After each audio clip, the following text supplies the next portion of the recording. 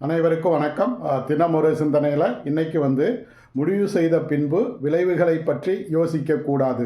நம்ம வாழ்க்கையில் சில நேரங்களில் சில செயல்களை செய்யணும் அப்படின்னு முடிவு பண்ணிடுவோம். அப்படி முடிவு பண்ணிய பிறகு அதனால் ஏற்படக்கூடிய விளைவுகளை பற்றி நாம் யோசிக்கவே கூடாது. இன்னும் சொல்லப்போனால் அந்த முடிவுகளின் மூலம் சில நேரங்களில் நாம் எதிர்பார்த்த விளைவுகள் அல்லது எதிர்பார்த்த முடிவுகள் நமக்கு வராமல் கூட போகலாம்.